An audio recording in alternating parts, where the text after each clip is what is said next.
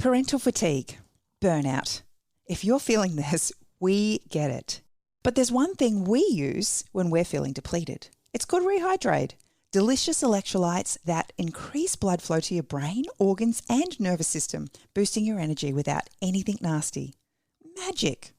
Next time you're feeling flat, give Rehydrate a go. Available at Coles.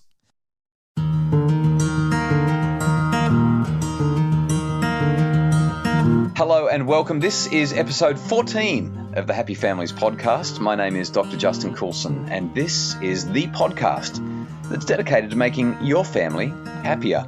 In today's podcast, discipline. We're looking at the way you discipline your children, what you think discipline is, and how it's working for you. Oh, and what makes for the best kind of discipline.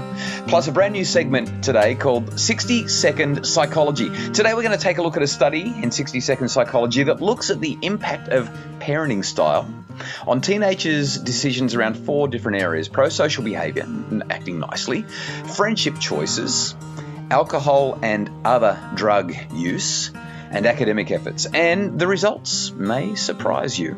Also, 7 reasons punishment does not work. We're talking about parent discipline and how we can get our children to act in good ways. And in 3-minute therapy, a parent who wants to stop the cycle of abuse in her home. It's a challenging and important discussion for every parent to think about. That's all coming up. But first, 60-Second Psychology. This is a new segment on the Happy Families podcast, so let me explain how it works. I'm going to take 60 seconds to share the findings of a scientific study. I'll tell you the researchers, what they did in their investigation, what they found, what it means for you. But to keep it interesting, I've only got 60 seconds to do it. When my 60 seconds is up, my producer, Russell, is going to shut me off or do something horrible to me, play a sound effect or some music over the top of me. Here we go. 60-Second Psychology starts now. A team of researchers from Brigham Young University looked at the way that parents raise their teens, and they looked at their behaviors in relation to school effort, friendship choices, how they treated other people, and the use of alcohol and other drugs. And results showed that teens who had high values and stuck to them had proactive parents. They were parents who used something called deference or reasoned deference as their parenting style. These were the kids that had good friendships, they treated others respectfully, they worked hard at school, they stayed away from alcohol and drugs. They were good kids. And those parents were doing something unique. This is what they were doing. They were saying to their kids, here's a situation. Here's what I expect. How do you feel about it? What do you see as the best way to work through it? How can we problem solve and reconcile our differences? And then they'd say, okay, well, I'm leaving it up to you. I trust you. They deferred to their kids. But parents who were reactive and who were high on control had children whose behavior was incongruent with their professed values. So in short, the kids who behaved best did it because they wanted to. That's my time up. Sorry, Russell, let me finish that sentence. The kids who were doing the right thing were doing it because they wanted to, because they had parents who were proactive and who talked about stuff before it happened, and they supported their autonomy and let them make choices. I'll do better next time, I promise. In a fortnight, 60-Second Psychology will only go 60 seconds. Okay, so that's 60-Second Psychology. If you missed it, because I was really against the clock, it might be worth just rewinding on the podcast and listening again, because the results are important for parents. If we want to use deference or reasoned deference, we'll get better results. Okay, up next, why punishment doesn't work. Most children are born curious and confident. They love to explore the world, meet new friends, and try new things. But between the ages of 2 and 12, confidence often drops off. Why? And how can we rebuild it? Creating Confident Kids is an easy-to-read ebook for busy parents, where you'll discover the 5 biggest mistakes most parents make that crush their kids' confidence, and the 5 best confidence boosters for building resilience and well-being in your children. Creating Confident Kids by Dr. Justin Coulson at happyfamilies.com. It's the Happy Families podcast. My name is Dr. Justin Coulson. Today, punishment as discipline. Does it work? Doesn't it work? What's the problem with it? Well, I hit the streets and popped down to a local school. You'll hear a lot of noise in the background as I talked with some parents randomly, unexpectedly, and asked them what their usual discipline strategies are. I was at the school gate, and here's what they said when I asked them, what do you think of when you hear the word discipline? At the moment, yelling. Yeah, yelling is one of the things I seem to do a lot, and I try really hard not to do, but yeah, that's how I seem to get through to her a little bit.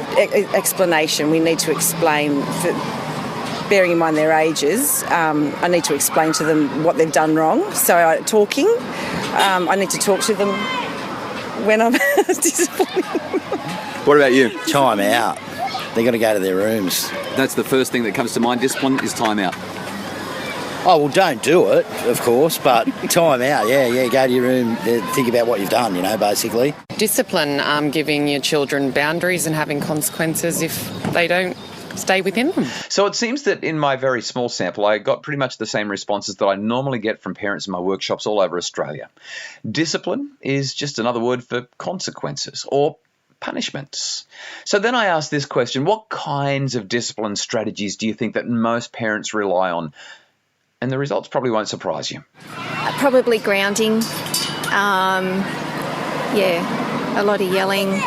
Yeah, a lot of people do consider time out. I like to think that a lot of my school friends, we talk to our kids and we generally explain what it is that they've done wrong and remind them of the choices they've got. Do you reckon that mums and dads do discipline differently? Yes. Oh, definitely. Definitely. Even within the same family, sometimes it can be. Yes. So what's the key difference? Because that was a definite yes. Yeah, sometimes, Max, I don't know. I'm pretty easy going for most of the time, but once it gets to the limit, I can have a bit of a yell at them, you know what I mean? Scream at them. But, yeah, it's mainly, my best way to deal with them is get to your room. Right. Okay. Probably yelling, probably time out, I feel, just from reading, bits and pieces. But yeah, probably those two things. Take away something that they like. Removing items that they enjoy, maybe no dessert, timeouts. Yeah, it's changed a bit over the years. Sounds nasty. How did it used to be? Oh, I know. I got many wooden spoons broken over my bottom and lots of groundings. Righto, okay. Now, there was one mum who responded completely different to the others. Leadership and guidance. That's a really unusual response. Most people say yelling. No, I don't like yelling for me or my kids. And I think this mum is on the money. See, most parents think discipline and punishment are the same thing, but they're not. Punishment means hurting someone because we don't like the way they've acted. We make them pay a price. Punishment's about retribution, not rehabilitation. Discipline, however, is about teaching and guiding and instructing and problem solving. The emphasis with discipline is not on getting someone in trouble and making them pay a price because we don't like what they've done. It's about guiding them through a useful, positive thinking process and helping them to solve problems so that they can act in good ways. Now, I've got a list of 7 reasons that punishment is bad for our children. The first one is that it's just bad for our relationship. Children who grow up being punished consistently don't have good relationships with their parents as a general rule because we don't like people that punish us. But we know from lots and lots of research that kids need to have strong relationships with their parents. That's what leads to resilience, that's what leads to happiness in life, and that's what they really need from us. Punishing our children is bad for our relationship. The second thing, punishment teaches power and coercion. It's one thing to get people to do the right thing just because they want to do it. It's another thing altogether to use your power to make them do it. And punishment is a form of control. It's overt and explicit control, and it just leads to less optimal outcomes. Plus, it teaches kids that that's how they can get things done as well. So kids who are punished a lot at home tend to be the same children who may bully in the playground or may bully their siblings or their neighbours. It can be a little bit of a problem there. Okay, the third thing, punishing your children actually reduces your influence. You've got lots of influence when you're there, but not so much when you're not. Think about the policeman down the road. He's got lots of influence while ever he's visible. Everyone slows down. But as soon as you've gone past that policeman and his influence is no longer nearby, chances are you're not going to be quite so cautious in keeping the speed limit. Hitting or punishing your children reduces your influence. Here's the fourth thing. Punishing your children actually ignores the reasons for their behavior. And I've spoken a lot about this in my podcasts and in my seminars. Our kids are behaving in challenging ways, not because they've woken up this morning and decided that they're going to be ratty and horrible. It's because there's something going on in their world that's challenging them. And this is how they're displaying their difficulty in coping with the challenge. When we punish our children, we ignore the need that is driving the challenging behavior. It's like a Band-Aid, a very painful, unhappy Band-Aid that we put over our children's behavior. Number 5, punishing your children actually has an impact on their comprehension of what is good and bad. There's a lot of morality mixed up with punishment, and the more we punish, the more they start to wonder what's okay and what's not. The more we punish, the more it can impact on their capacity to think through things and have a healthy perspective.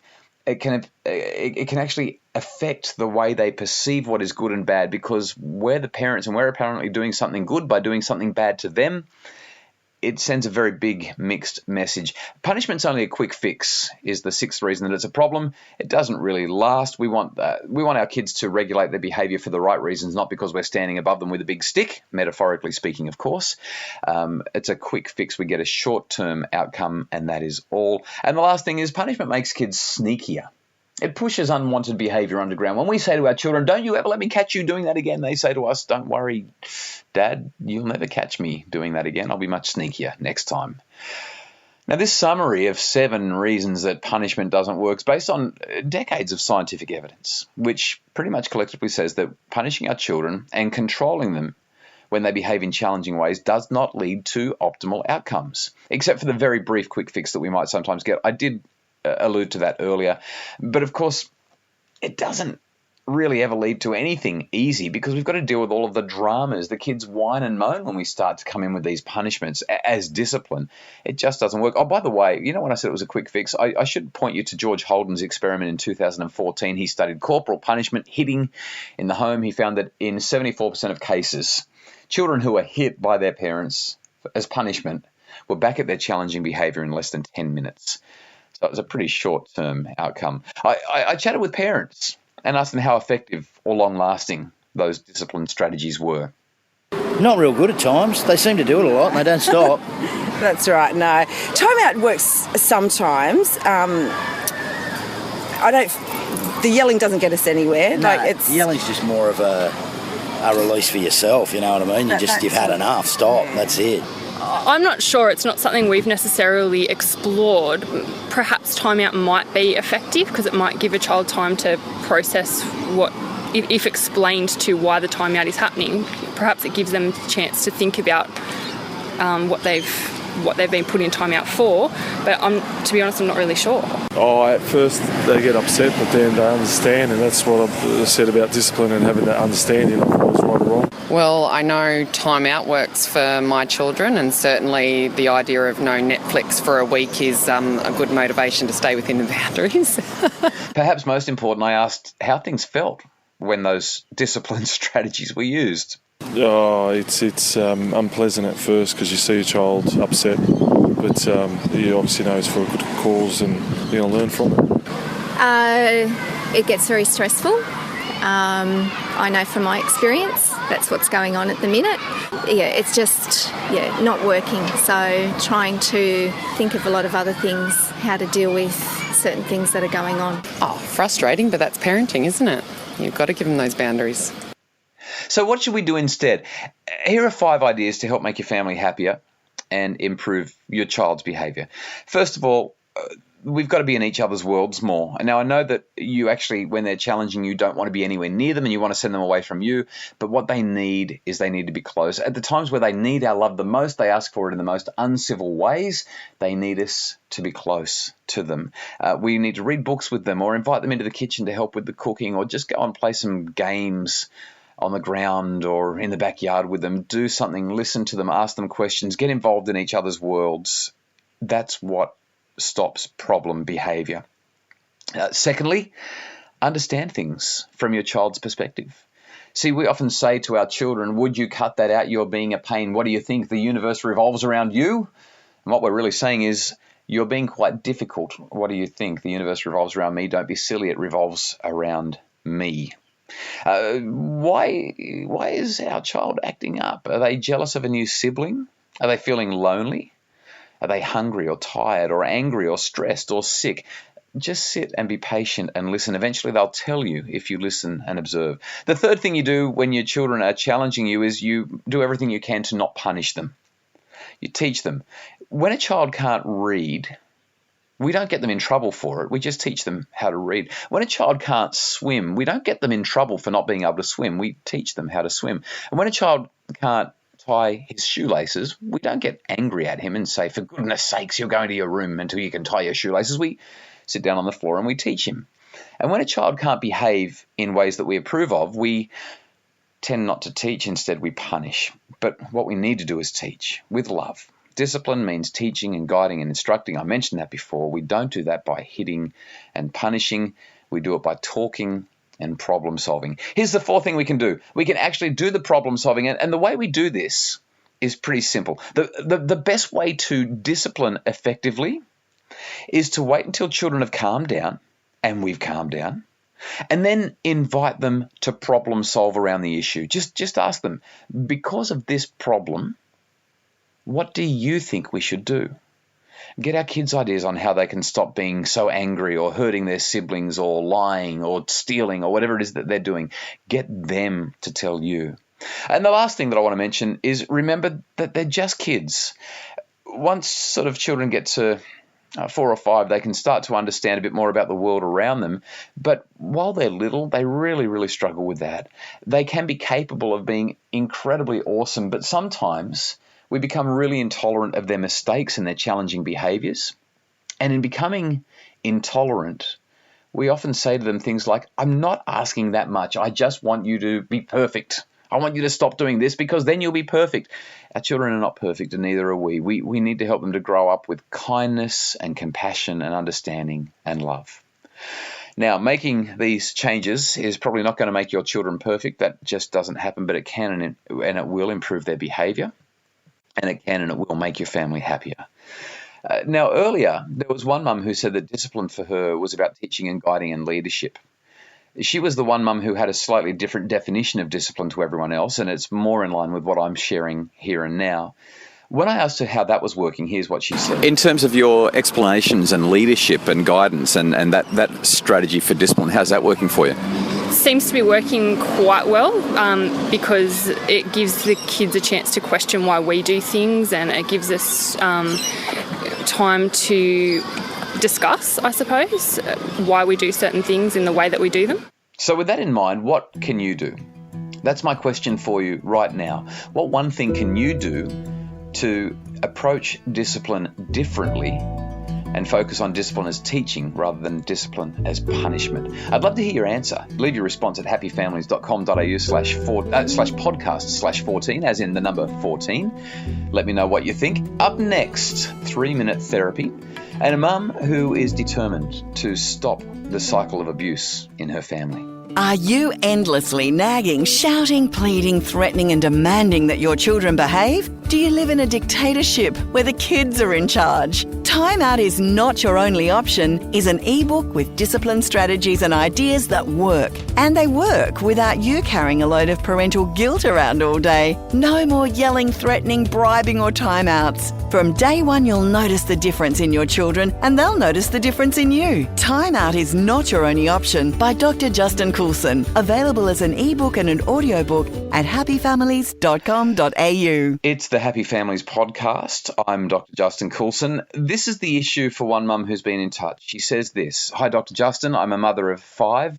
My children are aged from 19 through to 4, and I'm struggling with the younger 2 who are from my second partner. I'm a single mum. I don't get much family help, and I've had to cope with a lot of mental abuse. My 4-year-old is impatient. He doesn't like being told no. He throws things and he hits and kicks if he doesn't get what he wants. He pulls my hair and he laughs when I get angry. His father has anger issues. He throws things and punches his head when he's angry. He also swears and calls me names and makes me cry. Afterwards, he shows no empathy, and the kids have watched this. Unfortunately, I'm thinking that they think if Dad does this to Mum, it must be okay. So for 3-minute therapy, here is my brief 3-minute response. I do remind you that my answers for 3-minute therapy are general, and it may be worthwhile going and getting some specific and specialised help if you're in a situation that requires it. There are at least 4 contributors to what's going on here with this little boy's challenging behaviour that are immediately obvious. The first is that his understanding of the situation is really limited. When life is unpredictable, or if he feels insecure or unsafe, whether it's emotionally or physically, he's likely to lash out. He's afraid, he's sad, he's upset. The second thing is that he's still quite young, so there are a number of developmental milestones that still need to be reached. I mentioned this earlier, but up until the age of 5, he's not really going to take the perception of other people particularly well. Before about the age of 8, he's going to struggle to regulate his emotion and his behaviour. I mean, I know some adults struggle with that. There are strategies for working through these developmental difficulties, but we'll discuss them in just a sec. The third reason that he's probably behaving like this is, it's a big challenge. Our children copy us much more than they listen to us. So if this little boy has models of aggression who teach him to behave with anger and violence when unhappy, then that example is going to be far more strong, far more salient to him than all of the teaching that we might provide verbally. And he's getting it from Dad by the sounds of things, and he may also be getting it from a mum who's on her own and doesn't have any support and who's stressed out. And the fourth and final thing that I'll mention now is that when our kids throw these tantrums, when they have these fits, when they behave in antisocial ways, whether it's hitting or kicking or punching or throwing things or whatever it is, they're normally getting some kind of feedback that they find at least a little bit rewarding in some way. So how do we deal with this damage? I think that he's actually acting in perfectly understandable ways based on the challenging circumstances that he's experiencing. But we want some solutions to help him to act in better ways in spite of the circumstances. Here's a couple of suggestions. The first thing, and this is advice that I don't like to give, but I'm going to mention this straight up. In the last 10 to 20 years, researchers have discovered that what was previously poorly understood about fathers is now well understood. Kids need their dads. Kids who are raised in a home where they experience regular and consistent and stable caregiving of a father thrive. And even if Dad doesn't live at home, if he can have a positive presence in their lives, it powerfully impacts their well-being. However, if Dad is not safe, then his presence can have a negative and even a devastating impact on children's outcomes. It's not appropriate for me in this podcast to prescribe what you should do about your previous partner's presence in your lives, but I will just say this: in abusive or dangerous situations, there are some times where we need to make difficult decisions. Okay, what else can we do? Discipline. I've written about this extensively on my blog. I've talked about it on the podcast. I've got articles all over the internet about it, and I've also written about it in a lot of detail in my new book, 21 Days to a Happier Family. So because of time limits with 3-minute therapy, I'm not going to say much here. Instead, go and have a look at 21 Days to a Happier Family. You'll get everything you need about discipline, but this 4-year-old needs discipline. Number 2, preparing and pre-arming for the future. Proactive parents act before problems rather than reacting after problems. So I would be saying focus on teaching him as best you can before there's an issue, so that when the difficulty arises, he knows what your expectations are and he's prepared to act in line with those good values. The third thing that I'd mention is this: adjust expectations. There's no short-term fix for these challenges. Expectations need to be in line with our children's development, and he's just not going to act as maturely as the bigger kids. When he's upset, he actually can't. So we need to make sure our expectations are in line with our children's developmental capacity, so that they can act in good ways. Most important, every child needs secure, stable relationships. So be emotionally available for him, pay attention, really good quality attention, and listen. Just be a safe space. It's stability and safety and limits and love that are the central ingredients for raising a resilient and strong and caring and responsible son. And now this particular environment makes that challenging, but with focus we can work through those challenges and actually get some really good outcomes. That's the best that I've got for 3-minute therapy. There's obviously a lot more that we could talk about with that situation, but I hope that's helpful, and hopefully it's applicable to a lot of parents who are trying to just make their families safer and happier places. Parenting is the most important thing we will ever do, so it's important that we get it right. But with so much pressure, demands and advice, it's hard to know what our children really need. Using the very best scientific research and then turning it into an easy-to-read book and CD, What Your Child Needs From You helps you connect with, understand and teach your children in meaningful ways. What Your Child Needs From You by Dr. Justin Coulson is the parenting book that offers the solutions to make you a better parent and help your family to be happier. Available in paperback or CD at happyfamilies.com.au. Okay, that's it for the Happy Families podcast for this fortnight. Thank you so much for listening. I hope that it makes your family happier and that it helps you to grow as a person and as a parent. If you've enjoyed the podcast, you'll find the outline and the show notes, resource links, happyfamilies.com.au/podcast/14, as in the number 14, and there's some social media links to share it as well. Look, I've got to ask you a favour. If you have been listening to the podcast and enjoying it, it's my mission to help families be happier right around the world. And to do that, I think that it would be great if this could be the number one podcast for families on iTunes. Would you please just pop onto iTunes and rate the podcast for me? The more ratings the podcast gets, the more people see it, and the more people can subscribe and participate in the podcast. In fact, if you haven't subscribed already, please subscribe. You can get it straight to your phone as soon as it arrives in iTunes every fortnight. Once again, I'm really grateful to you listening. Thank you for participating in the podcast. Another one in a fortnight for you. Until then, remember that you don't have to be the best parent in the world. You just have to be the best parent in your child's world.